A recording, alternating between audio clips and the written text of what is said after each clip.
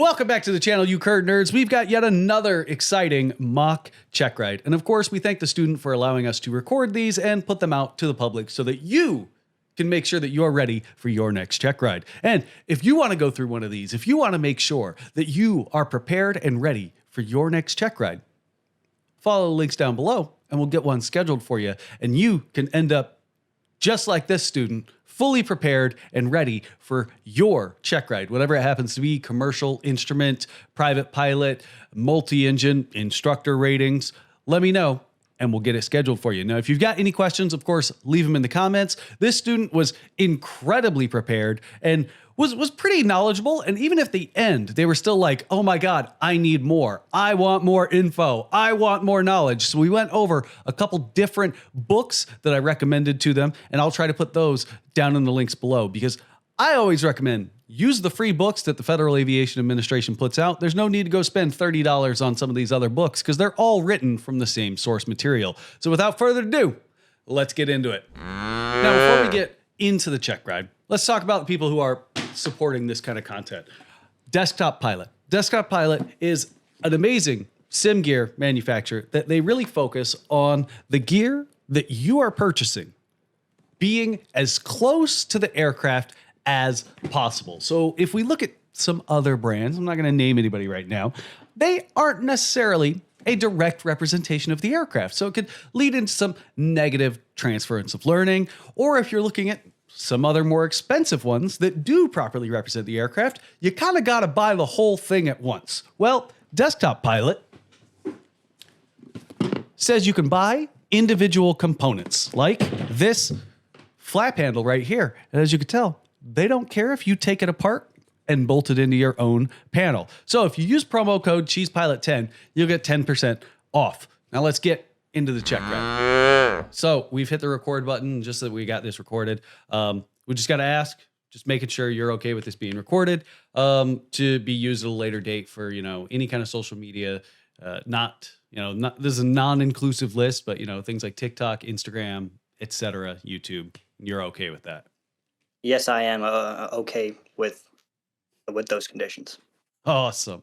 So I always get into, how I kind of run these. This part's usually kind of cut out of any kind of videos I put up, because it's the exact same for every single one of these that I do. I go through the general briefing, at least the same briefing that I would give to student pilots when it comes to, them when I was providing, check rides. Okay, I've never provided check rides, but I did certificate granting stage checks for a 141 program. So pretty dang close to a check ride. Yes. Right. Yeah. And, at least when I did them, I always said that, hey, dude, I'm on your side. I want you to pass, because if you fail, I have to do more paperwork. But right. There are, before we get any further, DPE is going to ask for your logbook, certificates, including your medical certificate, basic med if you don't have a medical, government issued photo ID. Student IDs don't count, and it does have to be, a government issued photo ID. A lot of people just think government issued ID, but let's remember your social security card is technically a government issued ID, and there's no photo on it, right? Then I ask, have you read the ACS? The Airman Certification. Yeah. Have you read the Airman Certification Standards? Yes. Yeah. Okay. So do you understand the standards that you're being held to during this evaluation? Yes. Awesome. So just like it says in the ACS, there are 3 outcomes to every check ride. There's satisfactory. You are consistently within the standards set forth by the Airman Certification Standards. Doesn't necessarily mean that you don't slightly fall out of standards momentarily and correct back into them. It's not like, oh crap, I dropped 10 feet low. I failed my check ride. Let me just give up. No. Consistently within standards, not all the time within standards. Right. And even in the oral portion, it's not necessarily that you're going to be perfect on every subject that we evaluate you on. That's an unreasonable expectation. All right. But I expect that you have a pretty solid knowledge of everything that I do bring up, to make sure that, you're going to be a safe pilot. That's really at the end of the day what these are for. Okay. So satisfactory really means that you're going to be a safe pilot, and not only just in a DA-20, but you have a good enough base of knowledge that you could go hop into another aircraft, evaluate its POH, fly with another pilot that might not necessarily be a CFI, and be safe in that aircraft, right? Yeah. So then we've got unsatisfactory, something that nobody ever wants to hear. This is consistently outside of standards, or the DPE or the examiner does have to take control of the aircraft to prevent, damage, death, dismemberment, or a violation of flight regulations. Okay, that would result in a pilot deviation. Okay, then we have incomplete. All right, incomplete can be we can incomplete a lesson or incomplete a check ride for a number of reasons. But the big three are mainly going to be airworthiness concerns. So obviously, we're not going to go fly an aircraft that's not airworthy. I feel like that should go without saying, right? And then we also have time, right? If we run out of time, if we're continuing on, of course, we're going to incomplete it. No need to fail you because, you got to go home and cook dinner or something, right? Then we also have weather. And this isn't just like thunderstorms. If you've never flown in 20 knot crosswinds, don't go take your check ride in 20 knot crosswinds. Okay. I've heard a couple horror stories where, DPEs are like, well, there's no limitation on the aircraft for that, right? Is crosswind a limitation? No. Well, then it's safe, isn't it? Well, come on. Or anything else that would impact the safety of flight. Yeah.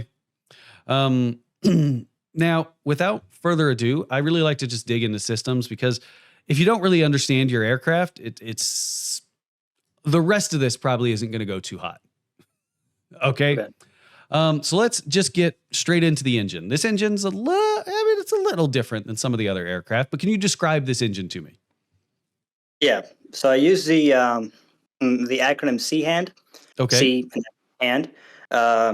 It's a Continental IO 240, 125 horsepower, 125 horsepower at sea level, horizontally opposed, air cooled, naturally aspirated, direct drive to the propeller. Okay. Awesome. Only thing I would kind of leave out is like the acronym that you use. Acronyms are great. I love them. They're mnemonics. And they help you like learn and retain information.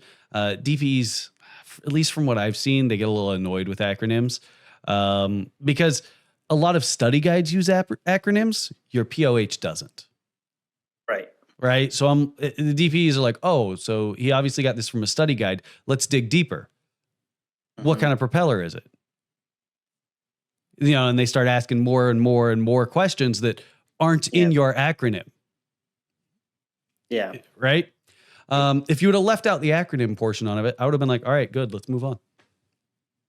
But since we had the acronym, I'm like, all right, so he's got rote level knowledge from a study guide. Let me dig deeper. Okay. All right. Good answer. It's just when you include a little bit of extra information, it digs a hole for you. All right. Yeah. Now you said it was 4-stroke and fuel injected. What does 4-stroke mean? What are those 4 strokes? So the 4 strokes are intake, compression, power, exhaust. Okay. And you said fuel injected. Is there another option? Not necessarily for this aircraft, but like for aircraft in general? A carburetor engine. All right.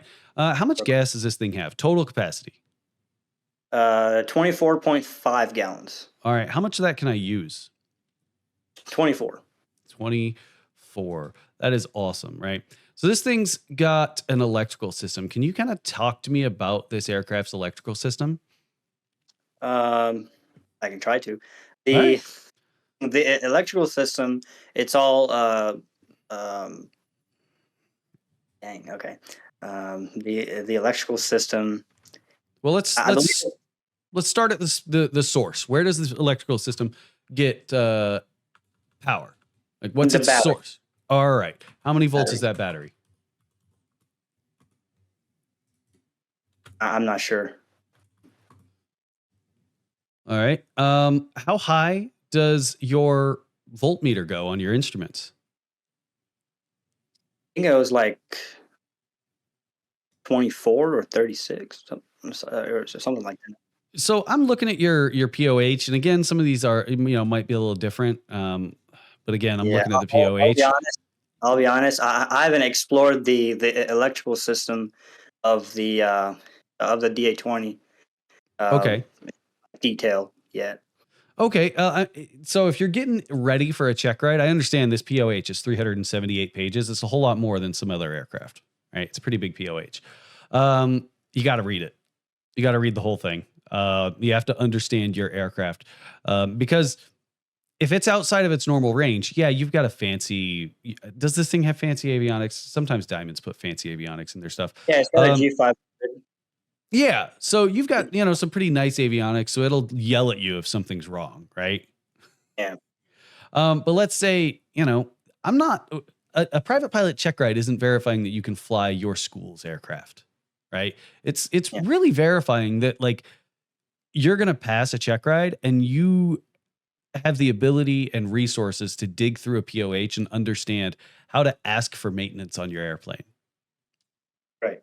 Right. So if you went to the mechanic and was like, hey, think my battery's dead, you'd be like, all right, what battery do we need to order? We need a 12-volt battery. Yeah. All right. So we started at the battery. We recognize batteries got 12 volts, right? I use the battery for what? To start the engine or to power the avionics. Yeah, so I use it to start the engine or power the avionics when the engine's not running. Yeah. Now, obviously, when we pull down on a battery, like we pull a charge or we pull a draw on a battery, it's going to discharge it. What's going to charge it back up? I believe it's the alternator. Yeah, the alternator is going to. Well, Yeah. it's got an alternator, right? Do you understand the difference between the two? What the Difference between an alternator and a generator? Because they're generator? not. Go ahead. Yeah, I'm not sure. Yeah, a generator's not the same thing. Generators have permanent magnets in them. Oh, okay. Yeah, and then generators can produce DC voltage, so it's not a generator; it is an alternator. Okay. And just again, this goes back to the private pilot. You can go buy your own airplane. Old airplanes do have generators. If you put a generator on your DA-20, it's going to fry its battery and avionics. Okay.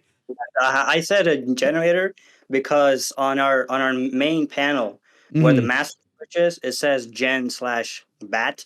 Okay. And bat. So I thought what the gen meant was generator. I guess that is technically what that means. Let's look. All right, I've got your POH right here. I guess I didn't look. Yeah, I've got my airplane and like behind me. You see it? Oh, okay. So you've got it right there. All right. I practice on that. Generator warning light. Oh, well, it's a generator. Okay, it's calling it a generator. All right. I guess it's a generator. I don't know if it actually is a generator. Well, I guess it shows me an electrical diagram. Battery in. Generator failure. Generator master. I mean, 40 amp generator attached to the engine propeller hub. It's calling it a generator.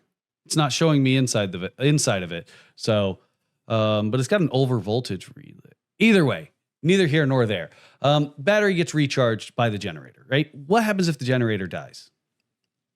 Then we only have about 15 minutes of battery left, and that's it. All right. What happens after the battery dies? Then all of the avionics shut down. The lights go out. Yeah, and the flaps don't work. Okay. So the engine's going to stay running. Yes. All right. Why? Like, how does the engine stay running? Like, if the battery dies in my car, it's not going to stay running. Yeah, no. The engine is separate from the electrical system. The engine is powered by magnetos. Oh, that's a fancy word. Isn't that an X-Men? No, I'm kidding. But how do magnetos work? So a magneto is basically like a magnet that spins and it creates current, and it goes through the spark plug because ours is an injected engine, and so it goes to the spark plugs, and that's how it runs. Okay. Let's say one of the magnetos dies. What's going to happen? then only one of the spark plugs would work in each cylinder. Oh, so we've got 2 spark plugs per cylinders, and they Yep. share, right? Awesome. Awesome redundancy, right? Um, let me again, I'm digging through your POH real quick, just making sure I'm not missing anything when it comes to systems. Um, what kind of anti-ice do we have on this aircraft? Any anti-ice? Yeah, we should have 2 systems. And I know a lot of people forget about them because they seem pretty basic and they don't seem like you would call them anti-ice. Yeah. I've got cabin defrost, and um, I'm not sure about the next one, but our propeller has like these black boots at the root, but I'm not sure if those are like heated or used for anti-ice. Oh, do you have heated props on this thing? No, I'm not sure. I'm just saying, whenever I do pre-flight, I look at the prop, and then at the root of the prop, I it's know what black. Usually, yeah. it's like a boot, but Yeah. I've used it on the DA-20 where the heater is. You can either select a floor or defrost. And the floor is when you get like heater coming from the pedals and all that, like from inside the cockpit down at your feet. And the Mhm. defrost is a general defrost. It'll defrost the canopy, and yeah, that's it. So, is your pitot heated? Is your pitot tube heated? We have a pitot mast, but I haven't used a pitot heat yet. I'm not even sure if we have one Oh, that's in weird. my cockpit. Um, did you look at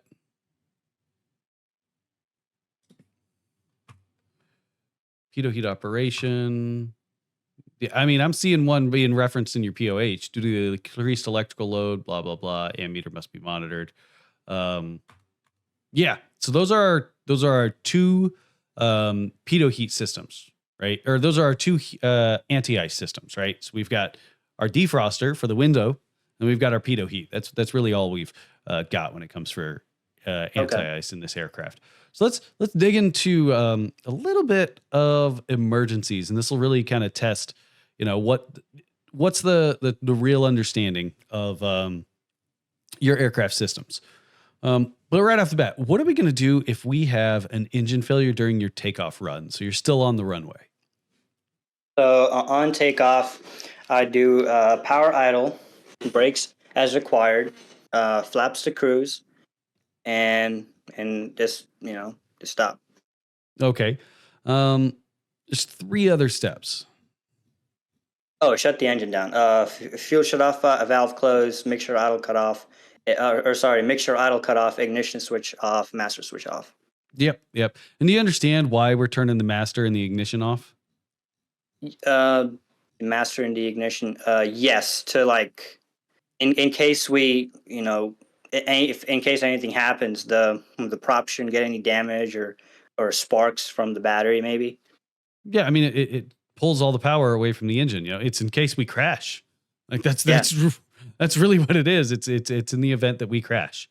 I want to make sure that there is something that I am preventing as much of an emergency as possible. Okay. Now, what if I have if I take off and my engine seems like it's not really producing enough power? Like maybe it's in like it really feels like it's not producing much power. What am I going to do?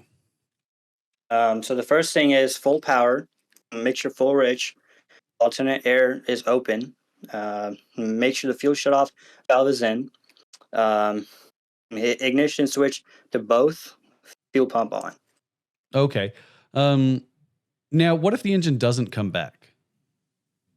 Then it depends where we are, like our height above the ground. But if we have to make like a landing in the field, then I just reverse everything. So fuel shut off, valve closed, mixture idle cut off, ignition switch off, flaps as required, master switch off, and after landing apply brakes.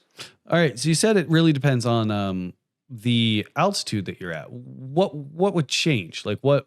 Or sorry, our procedure won't change. Sorry, our procedure won't change. What we're gonna do might change. So, for example, if we're below 1,000 feet, we'll just land in the field. If we're above 1,000 feet or pattern altitude, then we go back to the opposite runway and then we land. That's what I meant, and not the procedure. Sorry about that. No, yeah, that's what I was getting at. Sorry if that was if I didn't ask that appropriately, right? You're Um, good. I'm out cruising along and I get Gen Annunciator Light illuminated. What am I going to do? So that just means that our generator is not working. It's not going to produce any amps. So now we're just reliant on the battery. Um, I just use the checklist. I mean, Awesome. I'll just follow the checklist. Awesome. It's not really, hey, we need to solve this now. We're going to reference the checklist. That's what I It's was not looking all at. our memory items. It's all the engine failures and spin recovery Hmm. is the memory items. Like a gen issue or battery issue isn't really like a memory item that we really have. I was trying to make sure you weren't going to try and pull it from memory, that you were just going to reference the checklist. That's what it was. Cause like, people that get real confident, they start just running straight out of memory. Like I even have to yell at myself from time to time to actually use the checklist in my own airplane. Yeah. Like, yo, man, like stop. You do use the checklist. Okay. Um, all right. That's a pretty awesome understanding of the systems. Let's talk about some limitations on this aircraft. Can this aircraft do spins? Yes. All Yes, right. it can. So is there anything, if you were to come up to a different DA-20 and somebody wanted to go do spins in it, is there some kind of system that you would look for to ensure that it's not installed to verify that the aircraft can do spins? A system that's not installed. So the aircraft does have a limitation on its spins, right? So some DA-20s have this, which prevents it from doing spins. Other DA-20s don't have it, and that allows it to do spins. Yeah, actually, I haven't heard of that before. An altitude compensating um, fuel system. It's in the Ooh, okay. Yep. I've heard that, but I wasn't sure if that was the right answer. Yes, that is what I was getting at. The altitude compensating fuel system does put the limitation. It does put a limitation, pretty much saying like no spins are allowed, right? Uh, Gotcha. so if we're doing a short field takeoff, there's a 50-foot obstacle at the end of the runway. Make it a tree, make it a building, I don't care. What airspeed am I going to climb at immediately after takeoff? VX, which is 58 knots. Okay. Um, Now I'm gonna go dig into your POH because I know I wrote these down. So I'm seeing that not being VX, right? So the correct number is 58, but VX is marketed is different and depending on its configuration. So we've got a cruise configuration and a takeoff configuration for VX, right? So what are those Right. two different speeds? For VX, I was only taught for takeoff it's 58. Uh, for cruise, I believe it's 64. Not sure. I'm not sure. All right, let's go find it in the POH because I've got 50 there. I've got 60 and 57 for our takeoff configuration. So, airspeed limitations, right? I am right here. That's VFE. That's VA. Where'd it go?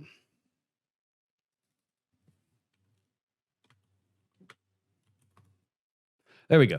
So crew climb speed during normal takeoff for 50-foot obstacle, right up at the top, right in the POH on page 105. All right. It's 58. Okay. Best angle Okay. of climb speed at sea level, VX, wings, flaps set for takeoff is 57.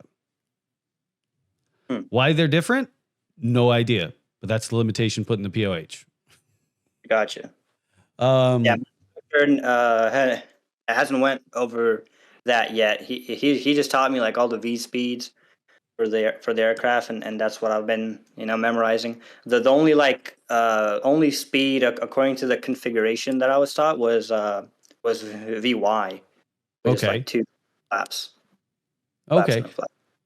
And that's great and all, and this is kind of why I don't like just feed my students information, because I want us all to look it up together. And when I am kind of teaching, I try to have the book right there in front of me because, like, sure, I'm an instructor, I know where to find the information. I've been doing this for a while or what have you. You don't though. Yeah, I don't have a book. I've got one on the iPad. I'll Yeah, actually, I'll just pull it up. yeah. So it's in airspeeds for normal flight 4.2, page 105. Is the chart that I'm referencing? Page one. Wait, could you repeat that again? So I'm looking at the DA20-C1 AFM, the one you sent me, right? Mm-hmm. And Yeah. it's in chapter 4.2. The page I'm looking at in like the PDF is 105. Okay. You see that chart? Yeah, I see it. Yep. Yep. And I know the one knot Okay. might not be the end of the world, but it's also not correct. And the last thing you really want to do is fail a check ride over something this simple, right? Yeah. So yeah, definitely take some time. You probably got a wonderful study guide and your instructor's probably doing a pretty good job, but always know where the reference material is, know where the source material is, right? And I'm not gonna lie, I fell victim to this same thing, like trusting my instructor, just listen to my instructor. I'm not gonna lie, I made it all the way through private pilot and never even looked at 91-205. Okay. Crazy. I never even looked at it. Okay. So I'm not just going to fault you being like, oh, bad student, you need to do these things. No, I did the exact same thing. But what I also know is that, like, when I had my private pilot's license, there's no way in hell I should have ever been flying anything other than what the school offered me. But that's not what my private pilot's license gives me allows me to do. And we'll talk about the privileges and limitations in a little bit. All right. So we talked about VY. What's VNO? So VNO is our normal operating speed. Okay. When am I allowed to exceed VNO? In smooth air. Okay. Well, what's the speed? Like, just what's the number associated? 118 knots. Awesome. What's VA and what does it provide for me? VA is your maneuvering speed, so 106 knots for the DA20, and it provides. So if you're at maneuvering speed, you can make one full control deflection, and you'll be fine. It's not going to be structurally damaged. It won't it won't damage the aircraft, right? So which side of that speed is that? If I'm at 108, am I safe, or is it 104 I'm safe? 104. Awesome. Safe. Awesome. That's pretty good. All right. Let's get into some aerodynamics. All right. Describe to me the two different principles in regards to the generation of lift. So the first thing we have is Bernoulli's principle, and the second is Newton's third law of motion. Okay, so what are those? Okay, Bernoulli's principle states. No, I know what they are. I'm just laughing. Bernoulli's principle states that when air speeds up, it creates lower pressure, and Newton's third law of motion states that for every action, there's an equal and opposite reaction. So Bernoulli's law isn't necessarily stating that when air speeds up, the pressure reduces, right? Like when you turn your fan on, the air is being accelerated, right? Is the pressure dropping in your room? No. No. So it's when air meets a restriction, or technically it's when a fluid meets a restriction. The velocity of that fluid will increase while its pressure drops. What's the restriction that we're referring to in this when we're talking about airplanes? It's the wing. The wing is the restriction, Oh, gotcha. right? Okay. So have you seen you've seen in the PHAK the little like the tube with the where it's squeezed, right? And it's showing all the little Yeah, dials. it's a Venturi. Yeah, Yeah, the in Venturi. venturi, right? So if you cut that venturi in half, what does the bottom look like? Looks like a The wing, wing. does right? So Yeah. that's really what's happening, right? So what Okay. ends up happening on the bottom of the wing, do we get high or low pressure?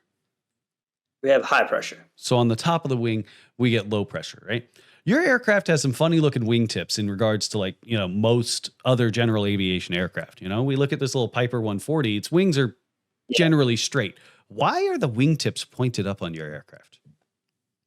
That's to reduce the wingtip vortices. So yeah, it's to reduce the wingtip vortices. That's it. That's the end of the question. That's the end of the response. Um, Commercial level, we might dig a little deeper and go, oh, what do wingtip vortices do?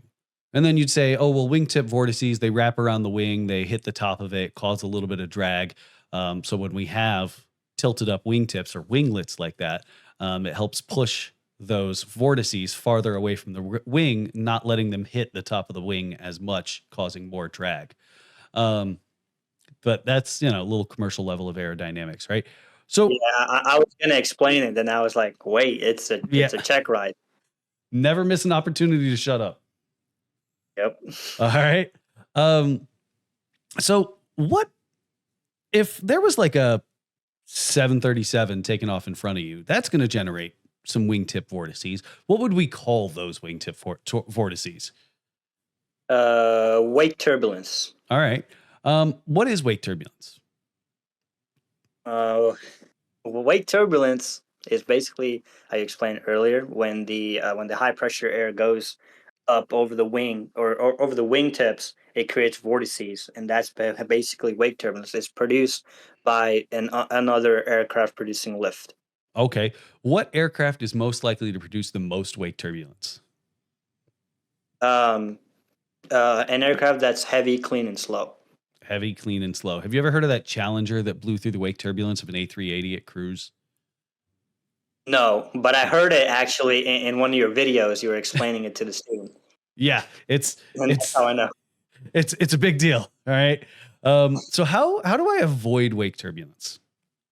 Um, so you just stay out of. So for example, if back to the example you gave, if a 737 is taken off in front of me, then I would rotate earlier than where it rotated, which is basically like 1,200 feet or so um, of roll. And if we're landing, then I'd land past where the 737 landed. Awesome, awesome. Now, is it only airplanes that generate wake turbulence? Hmm, that's a good question. Um, So how do we get wake turbulence? But with the generation of lift, right? yeah, So can a helicopter generate lift? yeah, Can a helicopter generate wake turbulence? yeah. Yes, there's a I think it's one of these, or it was a Mooney. It ended up like completely flipping upside Yeah, down. Yep. I Be- saw that. did you see the I also timestamps on? Did you see the timestamps on the video? no. It was like 3 minutes between when the helicopter was there and the Mooney flipped. Wow. Like that's like That's I'm in the pattern and somebody landed and like I'm not paying attention to other people landing, right? Like I don't care about right? yeah. Have you seen the video of the Black Hawk and the PC-12? No, I have not. Is it again another like Yeah, it was it didn't crash. The PC-12 didn't crash.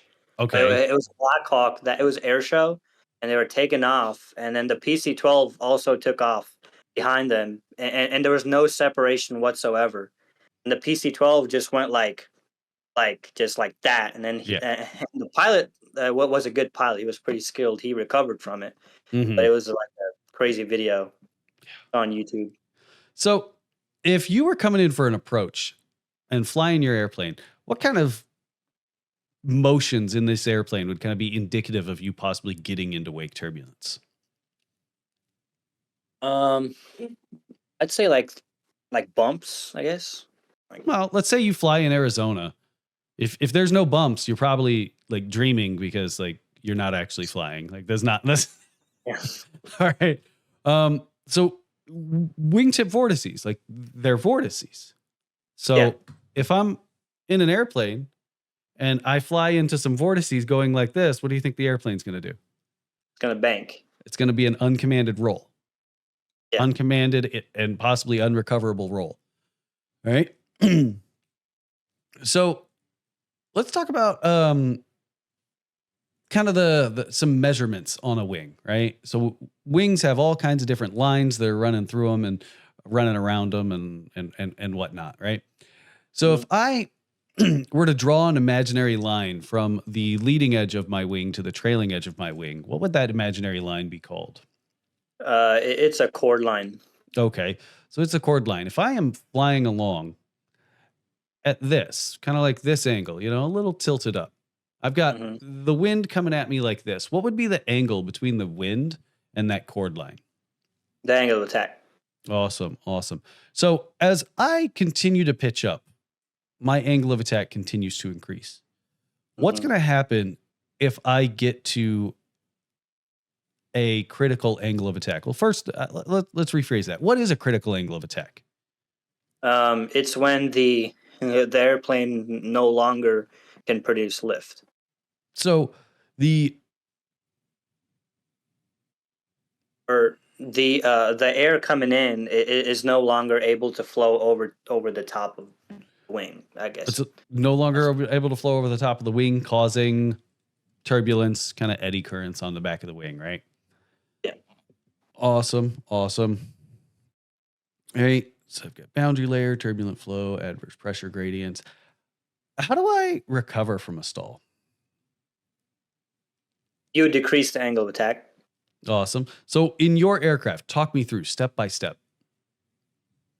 Okay, so in a stall, if you do get into a stall, um, you just have to do full power and pitch the nose up. Once you have positive rate, now this is a power off condition, but a power off stall. So full power, um, pitch the nose or just decrease the angle of attack. Once you have positive climb, flaps to takeoff, and you have to capture VY. And then once you have positive rate and positive airspeed, then flaps to cruise, and then you can climb out. Awesome. Awesome. Um, let's talk a little bit more about the wing, right? So in your aircraft, and even this one, right? The wing root right here is Mhm. steeper. It has a greater angle than the wing tip. Why is that? So that the ailerons kick can be the most effective in a stall. So it's my ailer. Do you know what's that called? Like what that angle is called? The angle of incidence. Awesome, awesome. Well, a couple people call it washout as well. Um, I've never now, heard of yeah, I think it's an old term, right? Now, why is a propeller twisted? it. Because a propeller also has an angle of attack, and it works kind of the same way as a wing, except it's like this. It just the best way I can explain it is it's a screw in the air. Basically, it just grabs air, and thrust is produced. Okay, so not necessarily. Maybe I didn't ask the question properly. So we know that like a propeller, obviously, it's not just a flat blade. It's got this little bit of twist to it. What I really Yeah. mean is, why is it more twisted here than it is up here? Hmm. Actually, I'm not sure about that. So, but you've recognized it, right? You've Yeah, seen it on your propeller. Where's the fastest point on a propeller blade? on the tips. Right. So if I'm moving an airplane at I don't know 60 knots, I have to have the nose up pretty high, right, to generate enough lift. Yeah. Now, if I'm doing 110, I can kind of flatten out the nose, right? Hmm. It's the same thing with your propeller. So we've got our little propeller down here. We'll call it I don't know Yeah. Down here at the wing root is moving really, or the propeller root is moving really slow. Up Yeah. here, it's moving really fast. It's just like when the airplane's moving really slow, we've got a real steep angle of attack. Hmm. And when the airplane's moving fast, we have a shallower angle of attack because we generate more lift or more thrust based on our speed, right? Oh, okay.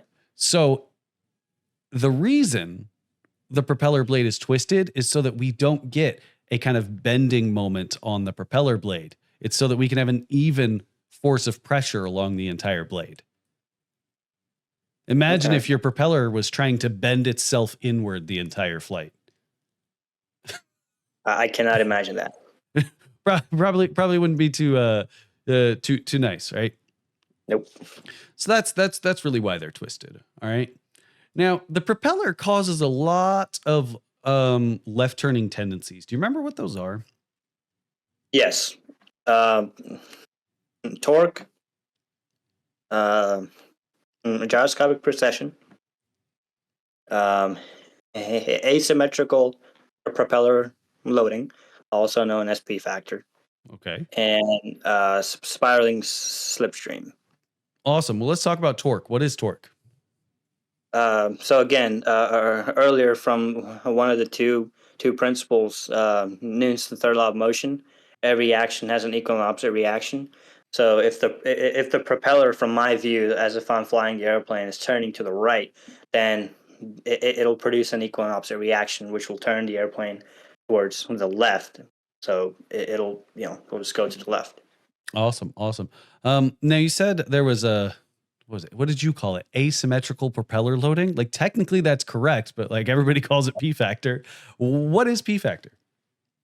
P factor is when the downward moving blade of the propeller is taking a bigger bite of air than the upward moving propeller. Okay. So since it's taking a bigger bite of air, it's got a bigger angle of Angle of attack. Yep. awesome. Um, Now what is gyroscopic precession? You said gyroscopic precession is one of the left turning tendencies.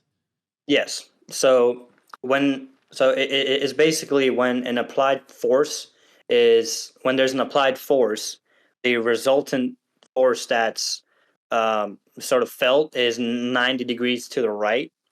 So when you put in full power, you're trying to go straight, right? So then that force is going to be put at the top of the propeller, but it'll be felt 90 degrees to the right, and therefore, the airplane's just gonna turn to the left. So no, you got your directions a little different. It's more Yep. about your pitching moment. Okay. All right. So and make sure you include, so from the beginning, when a spinning object with mass has a torque applied to it, the actual torque is felt 90 degrees in the direction of rotation. Okay. So Okay. if I've got a blade spinning to the left as it's in front of me and I pitch up, that Mhm. is me pulling on the top of the propeller or me pushing on the bottom of the propeller. 90 Okay. degrees in the direction of rotation, Mhm. pushing on the right side, pulling on the left side. That's why I go left. So if I pitch down, is it still a left turning tendency? No. Awesome, right? It's not necessarily about that full power thing because we know, like, when we apply full power on the airplane, where does it go? To the left. All right, that's torque. Yeah. All right, because if we're in straight and level flight, P factor isn't a factor. We're in straight and Yeah. level flight, right? Or gyroscopic precession is not a factor. Sorry, not P factor. Gyroscopic precession.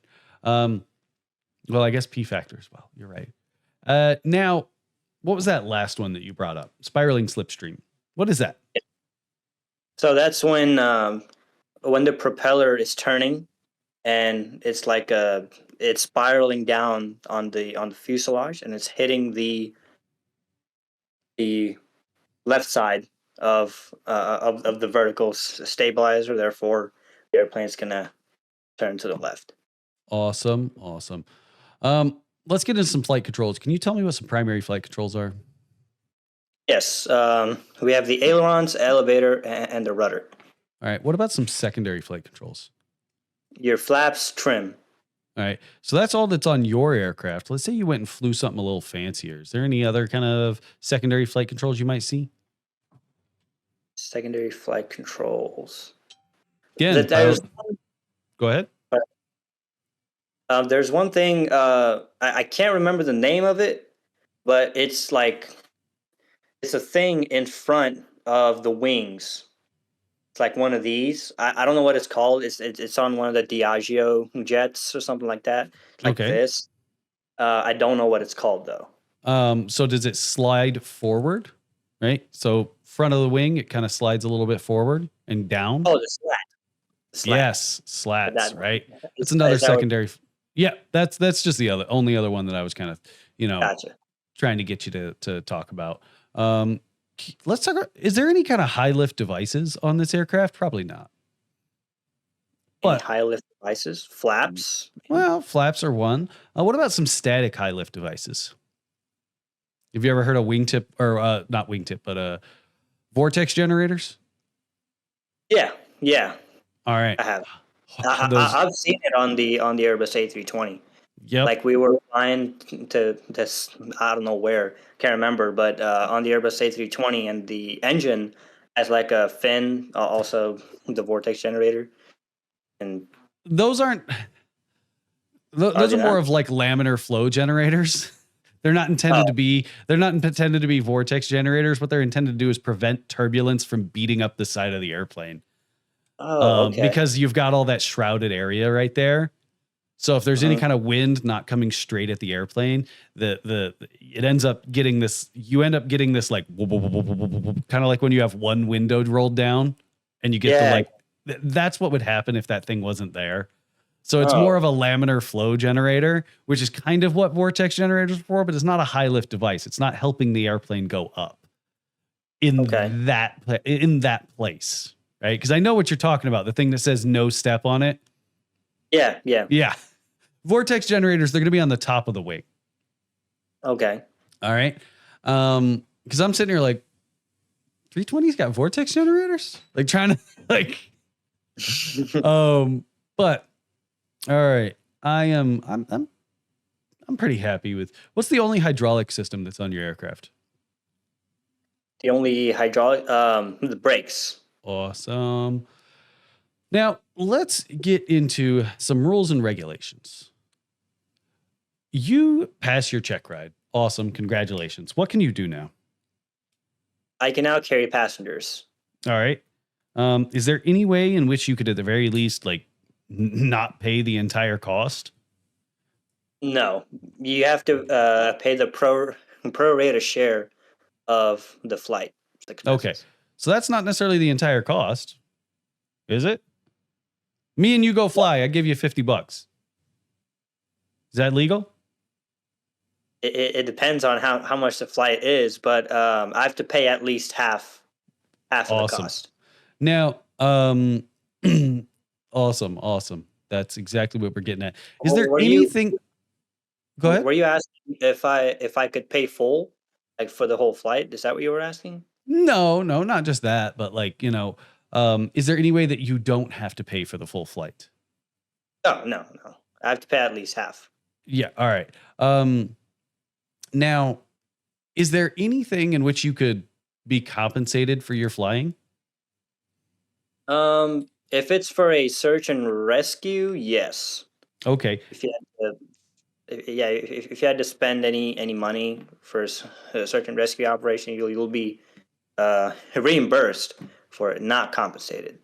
Okay. So you hear that somebody went missing, and you just went and hopped in your airplane and went and started going to search for them. And then you just sent the bill to the police department. Is that what that's talking about? No. It has to be for an organization. Okay. It also has to be endorsed by that organization, right?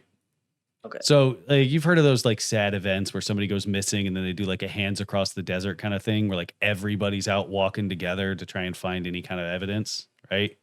No, You've never heard of those? Okay.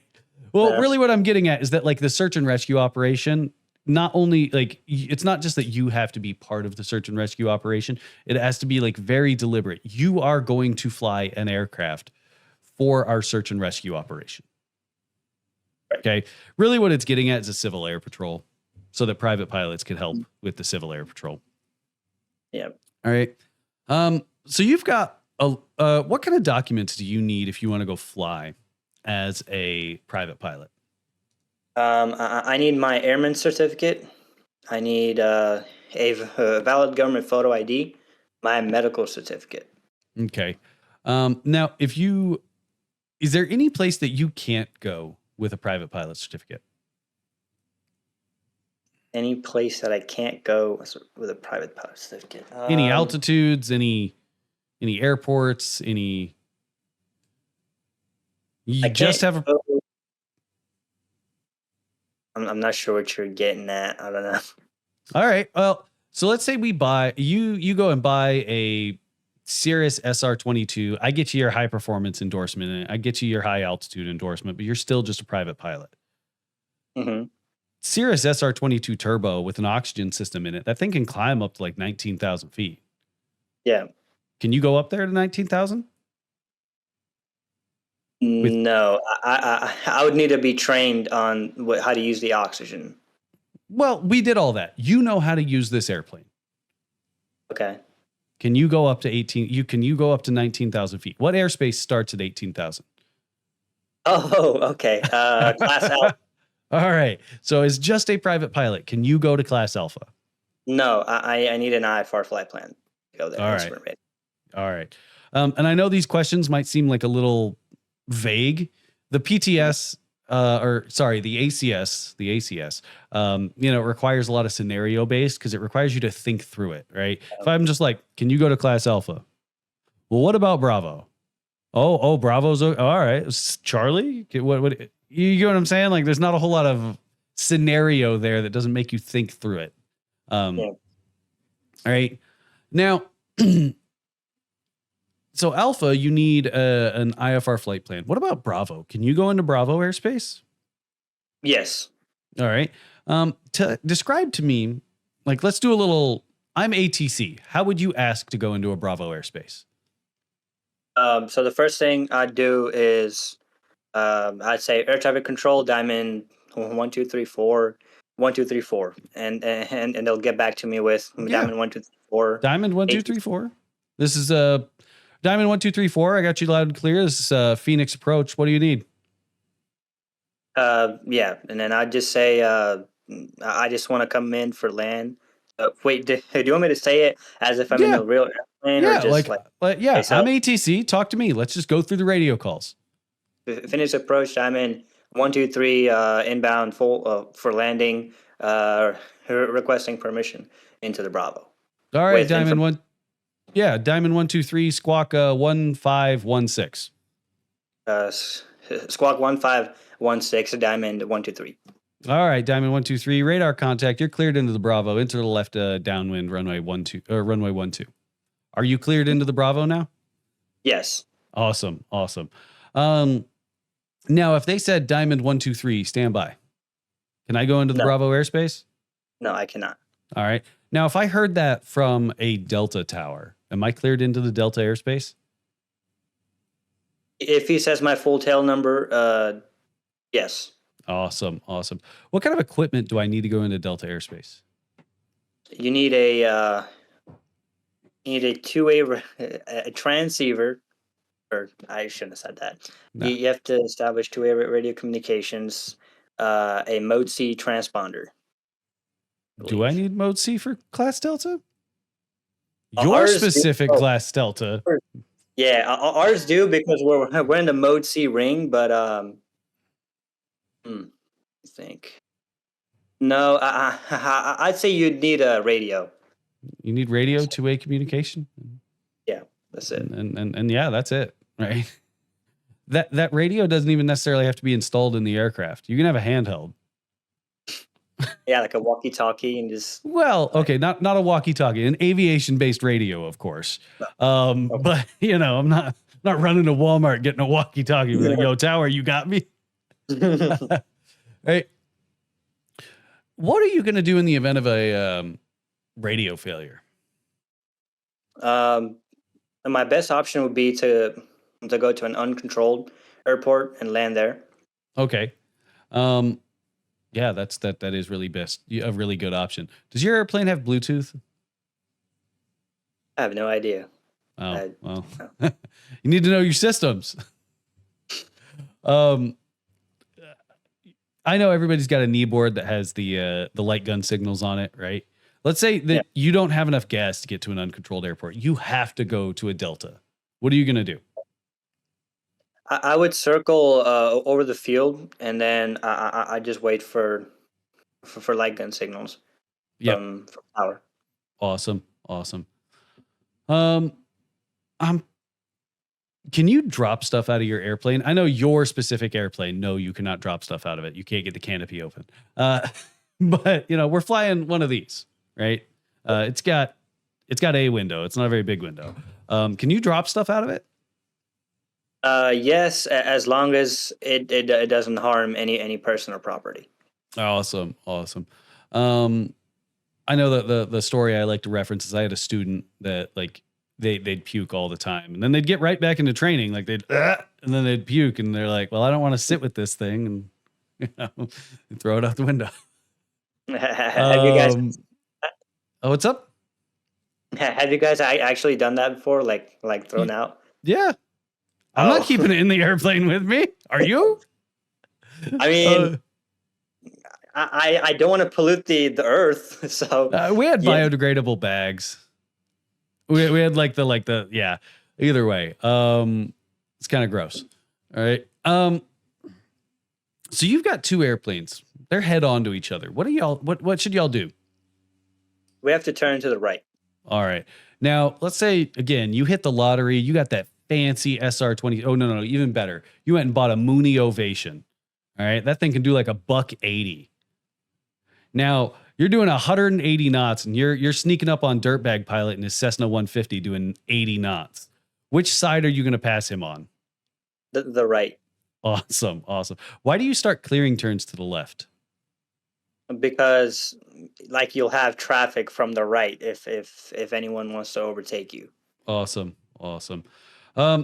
You and a helicopter are about to collide with each other. Who needs to give way? The helicopter. Awesome. Why? Because he can stop. I mean, he can hover. I can't. Helicopter's more maneuverable, right? Yep. You're coming into land at an airport. There's somebody in the pattern at 800 feet on downwind. Mhm. You are about 3/4 of a mile out on final at 1,000 feet AGL. Who has right of way to the runway? So he's on downwind and I'm on final, right? Yep. Well, me because I'm on final. He's all the way in the downwind. He's on. I It's the lower traffic.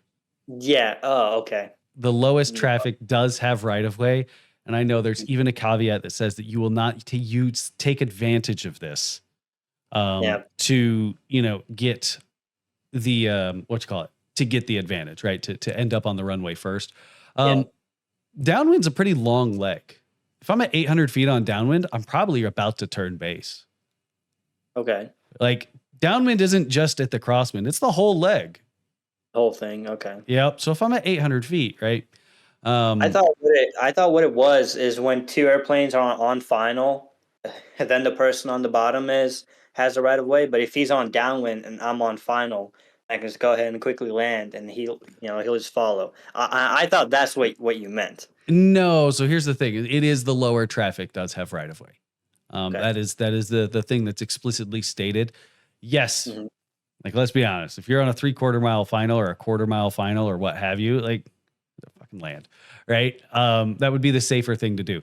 But if he's lower, about to turn base, just go around, right? Like, go arounds are free. Airplane crashes are pretty expensive. I've only been a part of one, and it wasn't my airplane, but the guy was crying, so I'm assuming it's pretty expensive.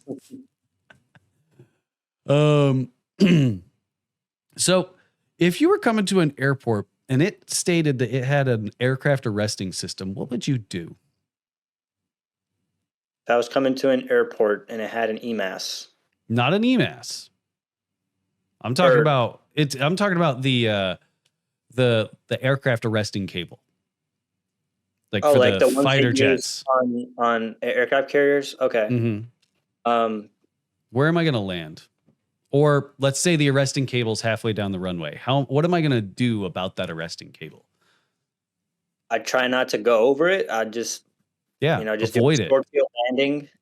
Well, not even And, necessarily a short field landing. A lot of these cables are right there at the 1,000-foot markers because that's where people are aiming to land.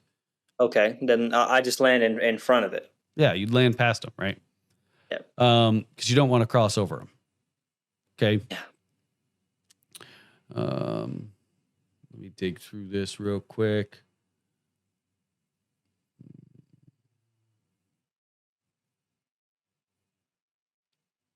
Now, you're out on a cross country and you get lost. What are you going to do? If I'm out and I get lost, Mm-hmm. I would. You have no idea where you're at. Okay. I would climb. I would circle. I'd communicate With who? uh, with air traffic control All right. or or on guard. If I could find anyone on guard, I'd conserve fuel. Um, and yeah, I would use VORs to get to wherever I Oh, need to be. damn. The VOR's broken. VOR's out of service. Who are you going to talk to? What are you going to ask for? Uh, I'd talk to on guard anyone. I'd just be like, hey, I need help. Okay. Hey, this is Bob. What do you need? Bob, You're looking for some level of ARTCC, right? yeah, ARTCCs, they're pretty big. Like they cover a wide range of area, right? yeah. What was the last frequency, or like even not necessarily the last frequency, but check your sectional, right? Look for the closest Class C or Class Bravo airspace to where you think you might be. Right? You probably didn't cross any state lines. You ain't moving that fast. All right. Yeah. Um, I but was gonna say I would use ForeFlight and use VORs to see where I am.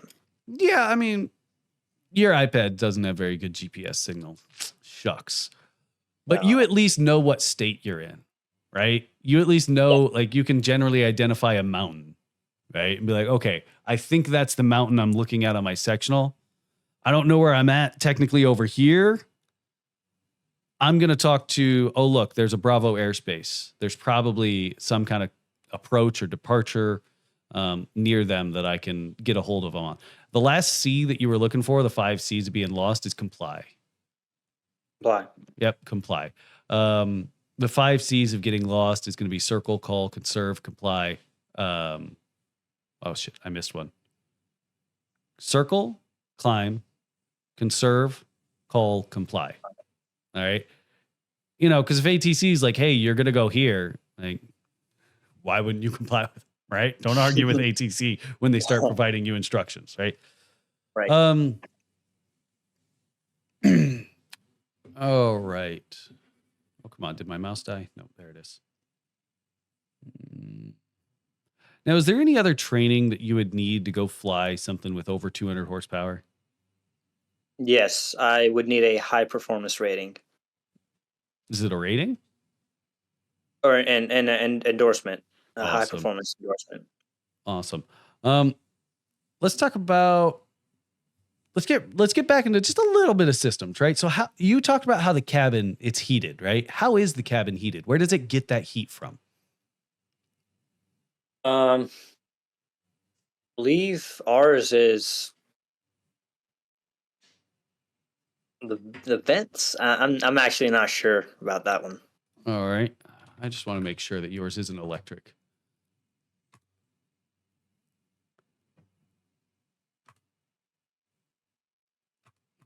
Preventative short.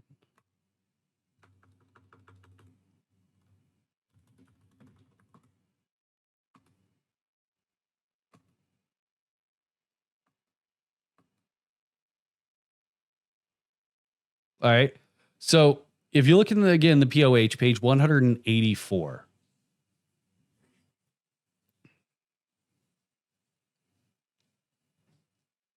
Let's see.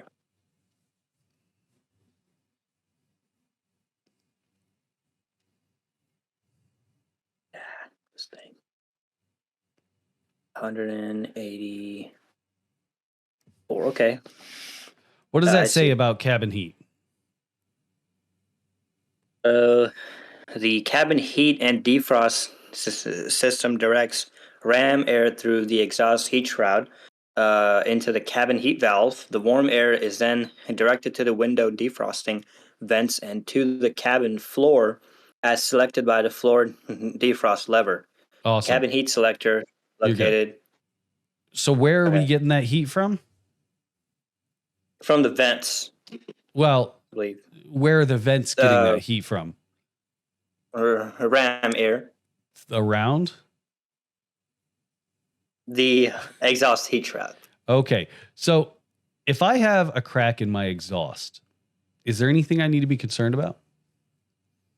Yes, you need to be concerned about carbon monoxide poisoning. Okay. How would I notice, like, what kind of symptoms would I kind of expect from carbon monoxide poisoning? Um, hmm, I'm actually not sure. Well, it's a form of hypoxia, isn't it? Oh yeah, yeah. All right. So what kind of symptoms would I expect from hypoxia? Uh, cyanosis. You're dizzy. Uh, dizziness, lack of reaction, and yeah. Right. Let's use simple words. Blue fingers, blue lips, right? Blue fingers. Cyanosis, blue fingers and Blue blue fingers. lips, right? Euphoria, poor decision making, stuff like that, right? You got a passenger that's freaking out. They are over here just like they can't get their breath under control. They're hyperventilating. What do you think you could do to try and help them? I'd give them a paper bag to breathe in, or have them talk aloud the checklists. Awesome. I generally don't like the paper bag option because let's say you're up at 7,000 feet. Is there a whole lot of pressure and whatnot for oxygen up there? No, you just gave them a paper bag. They went from hyperventilating to hyper passed out. Okay, they went to hypoxia real quick. They went from I'm breathing too much to I'm not breathing at all. I know on the ground, sure, right? I don't like it because the last thing you need to do is go, shit, are they dead? Right? They got real quiet real quick. But I did like the read the checklists out loud. All right. Yeah. Sing a song, right?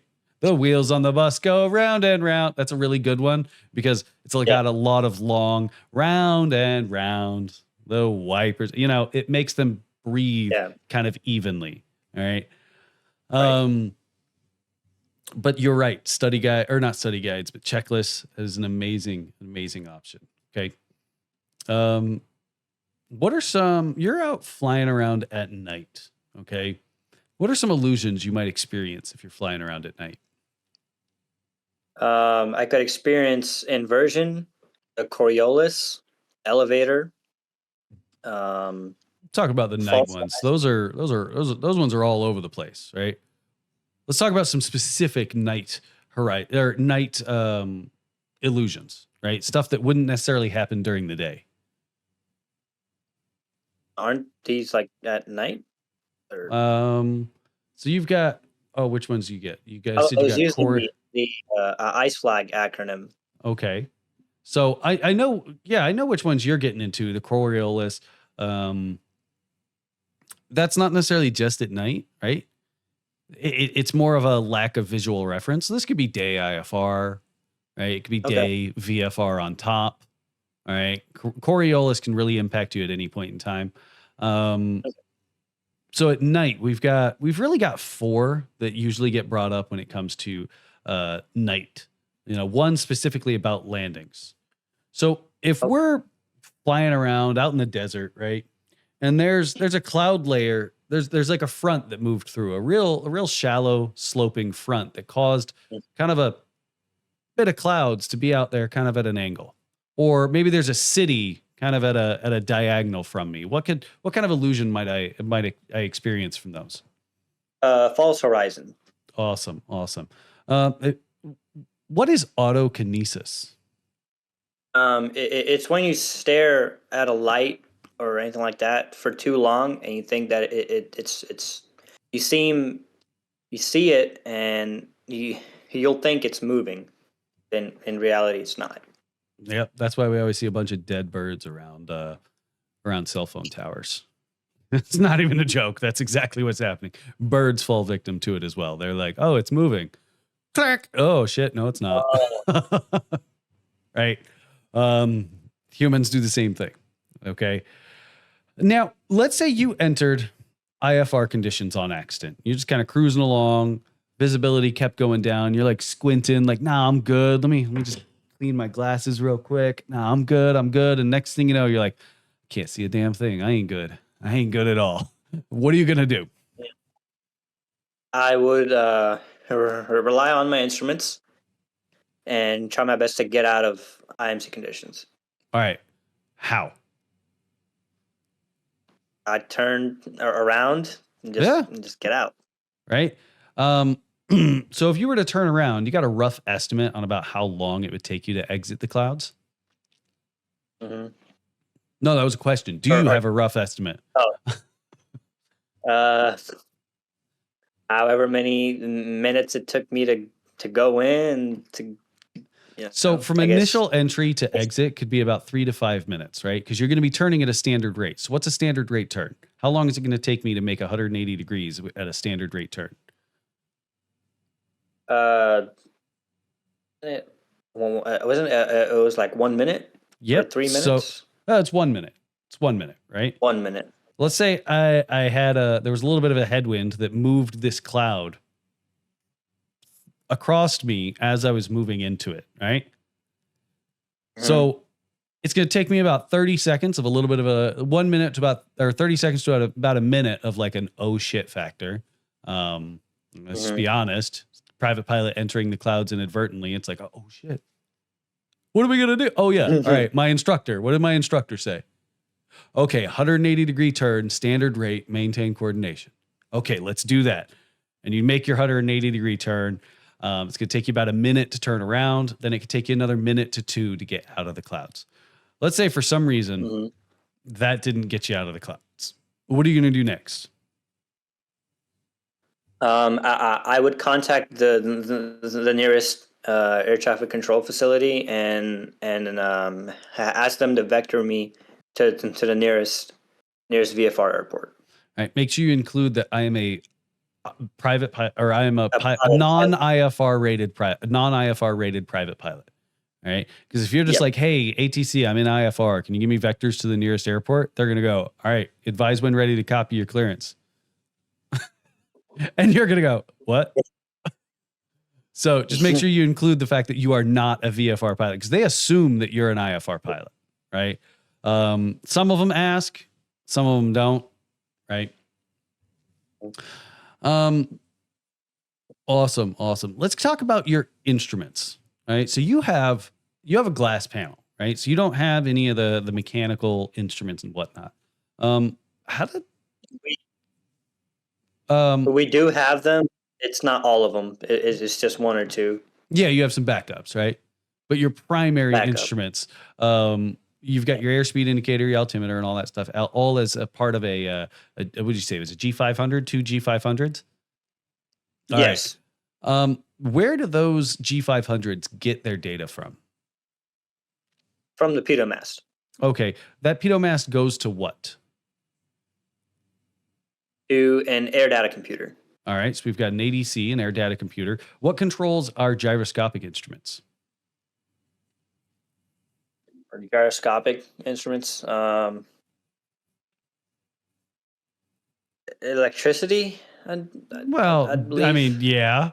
Because because we don't have any spinning gyros in there anymore, right? They're all solid state gyros. What computer contains all of those solid state gyros?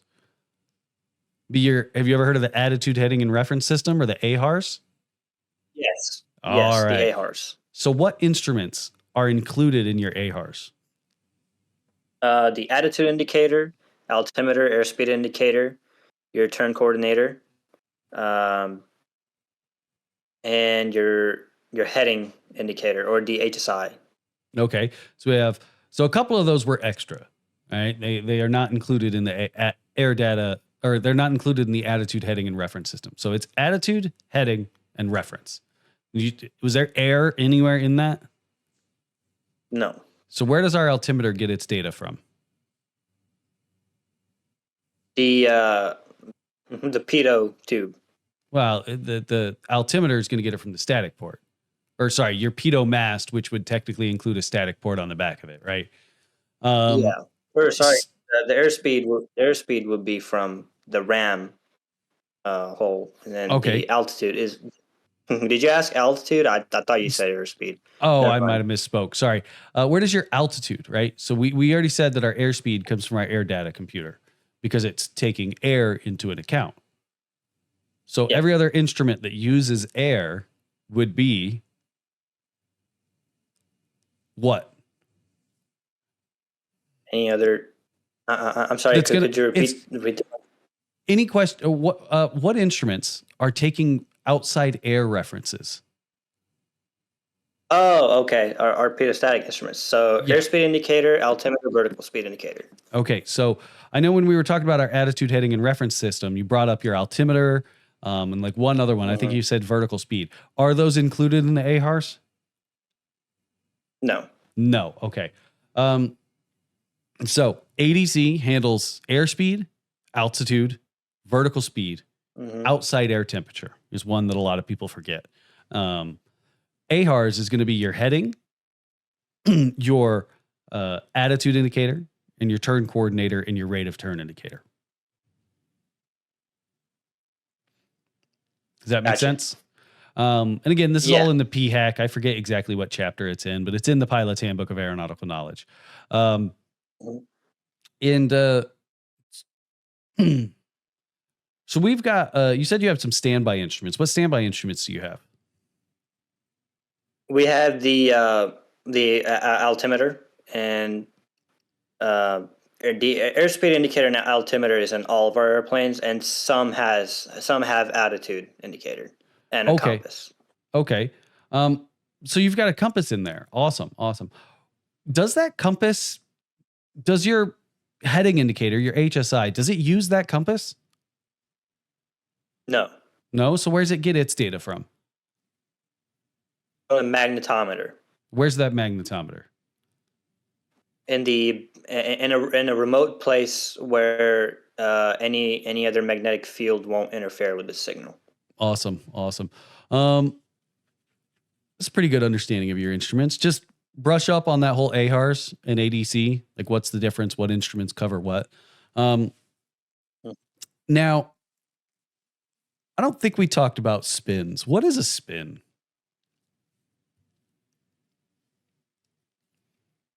A spin is an uncoordinated stall. Okay, So so a spin stall. starts with an uncoordinated stall. Hmm. All right. So if I stall uncoordinated and I just drop the nose, was that a spin? No. Okay. So Okay. a lot of students want to say that a spin is an uncoordinated stall. A spin starts with an uncoordinated stall. All right. Okay. Now, what are the four phases of a spin? Entry, incipient, fully developed, and recovery. All right. What are we doing through each one of those? Or let's talk through recovery. How do we recover from a spin? So you do power, idle, ailerons neutral, full opposite, or full opposite rudder deflection in the direction of the spin, the opposite direction of the spin, and pitch down slightly. So elevator down slightly, and then you pull out of the dive. Okay. I missed I missed one. So for full opposite rudder, and once the spinning has stopped, rudder neutral, and then break that stall, or just break the spin, and then pull out of the time. Okay. The problem is with that whole elevator slightly forward. It's the phrase I've always used is elevator briskly forward. Okay. Because when Okay. I'm done spinning, the airplane's like this. It's falling Okay. like this. All right. A lot of general aviation airplanes, the nose is pretty heavy and it'll get it down on its own. Um, Hmm. but the spin recovery, that's supposed to work for every airplane. All right. It's supposed to be Yep. pretty universal across every airplane, general aviation wise. You try to spin an Airbus, like you're just going to snap the thing in half. Uh, like it's not going to happen. Okay. Um, but elevator briskly forward, break that stall. Because when we stall, do we just go a little bit or do we really give it? No. Yeah, we really give it some to get the nose down so that we can recover from the stall, right? Why do we pull the power Yeah. to idle? Um, that's a good question. Pull power idle. Hmm. All right. So I'm not sure. what happens to the nose of the airplane in the way of up or down when you apply power? When you apply power, the nose wants to go to the left Well, to the because left, of yes, but in the direction of up and down. If I just give it juice, is the airplane going to pitch up or is it going to pitch down? up Right? and pitch up. So if I just stalled, is it a good idea for the nose to go up? No, So pull the power to idle. Let the nose drop, back. right? Aileron's neutral. Why can't I just bank out of a spin? Um, because you'll probably get it back into another spin, or they No? won't work. Yeah, because I'm stalled. All I'm going to do is make it worse, right? Yeah. Because the whole idea of a spin is that I'm rotating like this, right? And the outside wing is generating some lift while the inside wing's pretty much generating no lift. So if I try to bank out of it, I'm increasing the angle of attack on that inside wing. I'm just going to make it stall worse. The only thing that's going to happen is I'm going to spin faster. Okay. Okay. Um, how do I know which rudder to press? Whichever one that has the resistance the most. Awesome. Awesome. Elevator, briskly forward. We talked about that. What's the difference between a spin and a spiral? I'm not sure. Where the center of rotation is. Spiral, the center of rotation is outside of the airplane. Spin, the center of rotation is inside the airplane. Okay. You get the difference? Spiral, Yeah, I see. right? Now, how do I know if an airplane is airworthy? If it has an airworthiness certificate. Awesome. Let's say I've got a shitty mechanic that does not take the airworthiness certificate out. So I'm not entirely sure if this thing's airworthy. What would I look for in the maintenance log just to verify? Like, sure, airworthiness certificate's in the airplane, but it's still up to the pilot in command, me or, soon to be you, to verify that everything has been complied with. What am I looking for in the maintenance log? That all the inspections have been completed. All right. What are those inspections? For our airplane, yeah, we have the GPS every 24 days. Sorry, Oh, the the GPS. the database, Days. right? Yeah, every 28 days. Sorry, 28 days. And the ADs as required.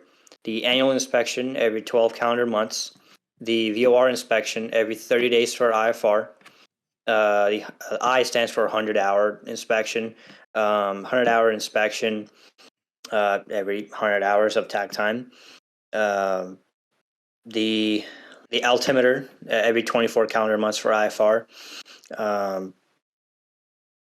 where am I at? AVI.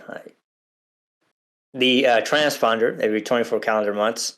The ELT every 12 calendar months, every 1 hour of cumulative use, and every time it's half of the battery life has expired. All right. You walk up to the airplane and the ELT is turned on. Is that ELT good anymore? It's turned on. It's just sitting there on. Shit. I wonder how long that's been on for. Yeah, it's not good. All right. So the one thing a lot of students forget is unknown time. Right? On for an unknown amount of time. So we always remember like at least half of its cumulative use. But if you walk up to the airplane, do you know how long it's been on for? No. Yeah, exactly. Right. We check after each flight on 1 to 1.5. We turn the volume all the way up. We see if the ELT is going off or not. Awesome. Somebody might not have done that. Right. Let's just be honest, right? You're not the only people that are in that airplane.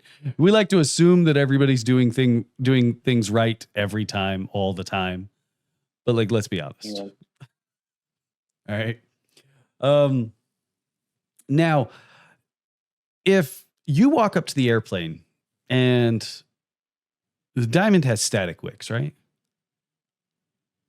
No, Diamond doesn't have static. All right. You walk up to the airplane and the standby airspeed indicator just doesn't work. Like the needle's pointing at 140. I don't know why. The airplane's not moving, but the needle's pointing at 140. Is this thing legal to fly? The airspeed indicator? Okay. The standby airspeed indicator. So standby airspeed indicator. Shoot, we have two. What's required? Yeah. The airplane's airworthy. What do I have to do to show that it's still airworthy? What do I have to do to that airspeed indicator? You have to, if it's inoperative, then you have to deactivate it and mark it as inoperative and make a note in the maintenance log. Awesome. Now, where would I look? Like, let's say I walk up to the airplane and there's something on it broken. I don't even care what. But I don't know. I have no idea if this impacts the airworthiness of this aircraft. Where would I look? I'd go ask the mechanic. So the first place. Sorry, continue. What? The first place? I'd say I'd go ask the mechanic, right? Yeah. But the first place I would look is 91205. Okay. The required VFR equipment. If it's not in there, then I'd check the type certificate data sheet for the airplane. If it's not in there either, then I'd check if there's any ADs for it. I think I'm missing one. And then I'll check the kinds of operations list. If it's not in there, then it's airworthy. If it's in there in any of those that I just mentioned, then it is not airworthy. All right. One thing, STCs, supplemental type certificates. STCs. Yep. That was the last one. And I know, again, you're in a fairly new airplane. It probably doesn't have much in the way of STCs, but STCs as well.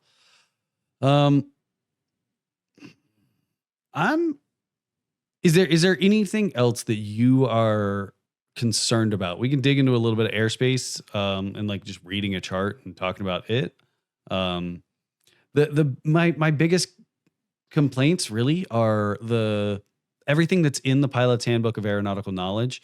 Like any questions you missed it was a little obvious that it was like, hey, we got this from a study guide or we're probably instructed on this. But at no point did we reference the source material to back it up. Right. Okay. Which is a very common thing. We trust our instructors that, especially as a student pilot, they're your first introduction into aviation. So you kind of like look up to them and, everything they say must be right. And it must be the totality of what I need to learn, right? Instructors make mistakes, right? They gloss over a few things that are important. So I definitely, reference that Pilot's Handbook of Aeronautical Knowledge. and read through the POH. I know there's probably like a little study guide or cheat sheet about stuff in the POH. Sorry, my cat's under my desk. But read through the POH. And that was really like the big sticking points was a couple items in the POH and a couple items that were questions directly from the Pilot's Handbook of Aeronautical Knowledge. Okay. Is there Okay. any subjects that you feel as if you're weak on that you think that I didn't cover enough, or? I don't really feel weak on anything. I just wanted to mock check ride just to see what I don't know. Because I've been at the books for for forever the last couple of weeks, and I haven't practiced with anyone. Question answer. Mm-hmm. So I just wanted to see what I'm weak at, and I'd say I'm okay in weather, but I could use more help in weather. Okay. Um, Well, let's yeah, dig into it. Reading yeah. weather or understanding weather? Understanding weather, I'd say. Okay, so when two air masses come together, we got a high pressure and low pressure. What do we expect to happen in the middle? A front. Weather. We expect weather to happen in the middle, right? How quick they come together is really what impacts that weather, right? So if I have a cold front and a warm front coming into each other, the warm front's real hot and humid. The cold front's pretty dang chilly, but pretty dense, and it's really kind of stuck down. And they're both moving into each other fairly fast, right? What am Yeah. I expecting out of that overtake? We're gonna expect extensive vertical development, so a lot of clouds and rain, Yeah, a lot and, of and just clouds. bad weather. Yeah, a lot of clouds, a lot of rain, possibility of convective activity, right? What are the things that are needed for a thunderstorm?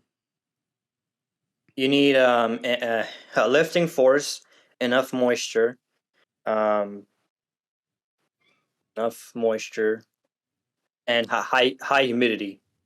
Well, that's Can what tell that was moisture is. yeah, a lifting force, high humidity. And an unstable lapse rate. Yep. So moisture, instability, and a lifting mechanism. That's it, right? So lifting mechanisms can be graphic, or they can be temperature based, right? So mountains, Mhm. or even, the surface of the ground heating, right? Um, Let me look through my little study guide, make sure I'm not missing anything. Um, we can dig into fog formation, right? Sure.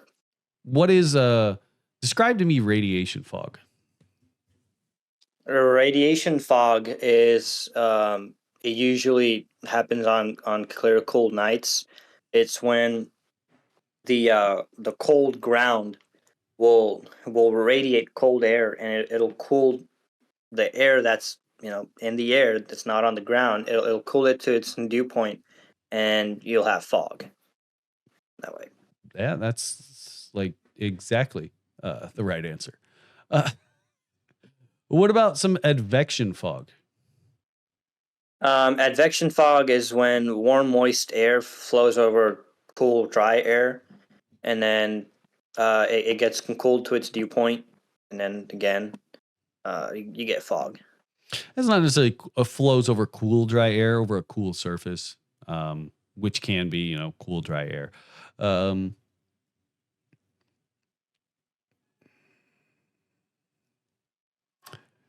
Now, if I've got rain, if I've got really cold rain dropping, or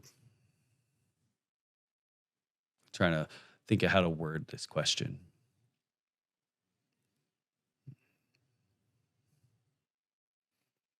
Hmm.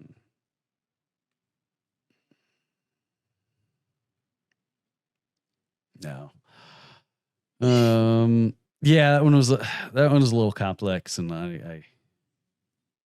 no, that's not what I want.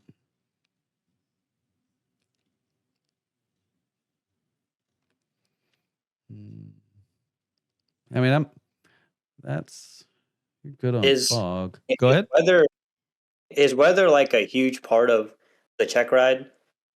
No. Not really. Okay. No, like When I used to do check rides, or sorry, certificate granting stage checks, I would talk about the weather that the student brought. It Okay. wasn't a matter of me drilling questions like what's fog? What's advection fog? What's upslope fog? Okay, what's a thunderstorm? What are the differences about what are the different thunderstorms? Tell me about an embedded thunderstorm. Read it, but it was more like the student brought winds and temps aloft and the METARs and a significant prog chart and all this other jazz. I'm like, okay, well, let's talk about this. Why did you use these weather sources? hmm All right. And I might pull up a couple things on aviationweather.gov, like, hey, read this to me, because I did a lot of this training in Arizona, and you look out the window. If it's clear, it's going to be clear all day. If it's raining, it's probably going to be raining all day. So, I'd pull up stuff from like Chicago and be like, hey, read this TAF to me. And they'd go, but that's Chicago. I'm like, okay. Hey. Yeah. Yeah, like read this to me, let's make sure that we understand it. One good question, I've heard a lot. What is the most accurate weather depiction? Not necessarily a picture, but what is the most accurate weather that I can get? Most accurate weather. The METAR? So METAR? the METAR is an observation, right? That Okay. observation's 44 minutes old. Yeah. Is that the most accurate weather? No. No. A PIREP. Oh, yeah. Yep. Makes sense. There's somebody in the weather. Belle, I'm almost done. Stop yelling at me.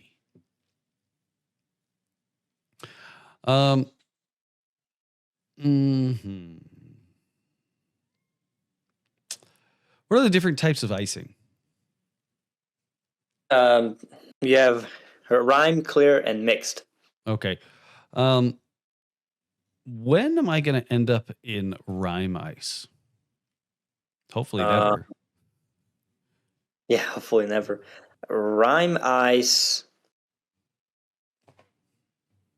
I remember there was something. Yeah, I'm So not sure. if I have water droplets that fall through a temperature inversion and then back into cold air, what are they? Mhm. They're ice pellets. No, they're not necessarily. They can turn into ice pellets, yes. Have you ever heard of super cooled liquid water droplets? But that's what the definition. It's in the definition. Yep. That. It's in the definition. Formed by instantaneous or very rapid freezing of super cooled water droplets as they strike the aircraft, known as rime ice. Right. Describe to me what rime ice looks like. It's just ice that's like foggy-ish. It's not clear. It's just kind of foggy. Yep. Have you ever? I'm not sure where you live, but up here in Wisconsin, just a couple of weeks ago, it was like foggy all day, and it was super cold. The fog was super cooled moisture, and as the fog hit my car, ice was building up on the front of my mirrors. Oh, That's rime ice. yeah. We don't have that issue here in Tennessee. Oh yeah, So, yeah. No, you ours- definitely don't have that issue. yeah, our weather is very like fluctuating all the time. Yep. All right.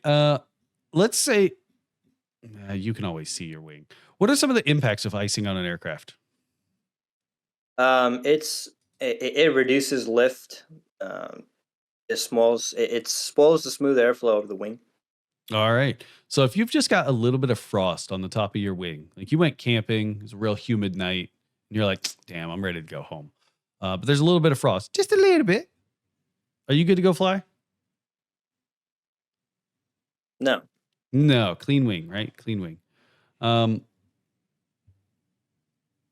To me, it seems like you're pretty good on weather. Like I'm not going to show you a picture of a cloud and go, tell me the concerns about this cloud. No. Yeah. Right. This entire time, ever since I've started, weather has been the hardest one. So that's why I always go hard at weather. Mhm. And then when I talk to my friends and we do like question and answer, and they're like, "Dude, you know more about weather than I do." Yeah. I'm like, There is an FAA book that is put out about weather. Have you "Mhm." read it? Not the aviation weather handbook. I know there's advisory circular like 006 Bravo or something like that. Haven't read it. I should, but have not. Here. I'll um the aviation weather handbook. Have you read through that? No. No? All right, here it is. Um Copy. Can I not send a message through here? Where did Discord go?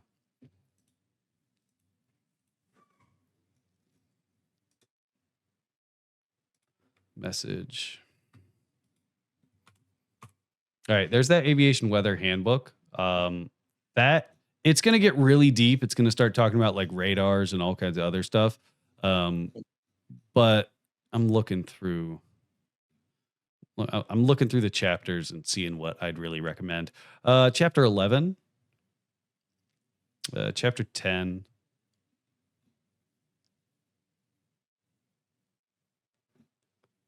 Um, hmm. Chapter 2, or sorry, chapter 4. 3, chapter 3. And this is like everything that I would really recommend. You know, I'm not saying you need to go read all of this tonight. Um, Mhm. you know, but there's things like Arctic weather where it starts talking about like weather around the Arctic circles. Oh. I don't think you really need to dig into that. And then there's Well, thanks. space weather, right? Not really. It's not really pertaining to your situation, right? Right. Chapter 18, and I guess you're down south in chapter 17. Okay. Gotcha. But I mean, then there's like chapter 15. That's an entire chapter purely on radar. It's not really important for you. Okay. So there is a lot in this book. It does get really deep, but if you read through those chapters, I wouldn't see you failing a check ride on weather. You have the PHAK, right? I do, but our flight school uses the Jepson pilot handbook, and we use that as the source material. But What I is your, also use PHAK if like I need more information, and yeah. I use PHAK. So what does Uh, your DPE use? We don't have a DPE. We have like a chief Oh, so you flight. have examining authority. Okay. Yes, so he's the one who does the check ride, and Okay. our school is a 141 school, and their TCO, their curriculum, everything, it's all based off the Jepson book. Okay, Uh, that's fine, you know, because if there's a TCO and you know that's the source material they're using, then use the source material. I prefer free books. You know, I'm just gonna be entirely honest. I prefer yeah, free books. I've Um, seen the PHAK goes into more detail. So if I ever need to like know something that's really important, I just go straight to the PHAK instead of the do you know Jepson book. do you know where the PHAK is written from? It's by the FAA, right? Well, yes, but where is that book getting its references? It's the AIM. Oh, The okay. PHAK is written from the AIM. The pictures are literally the same. The PHAK just has them in color. Okay. All right. Um, so again, if you're like in the PHAK and not getting all the information you want, go find the same section in the Airman Information Manual. Okay. But yeah, if you don't have any other questions, you know, I wouldn't necessarily say check ride ready, but you're right there. And some of the biggest ones was just like the few chapters in the PHAK. If you're really concerned about weather, read through those chapters in the weather handbook. I'd say your weather was pretty solid and better than most of the students that I ask.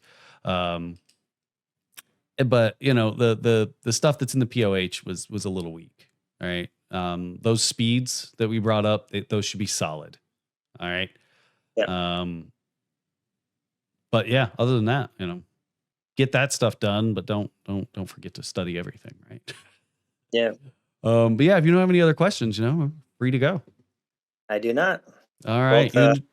thank you very much for this. Yeah. Highly appreciate it. Yeah, be on the lookout. It takes me a couple days to work through this, and I mean, I'm busy. All right, so probably not going to be anything posted for maybe a week or so. All right. I'll be out. All right, I'll be man. looking at. See Enjoy ya. the rest of your night. You too. Yeah.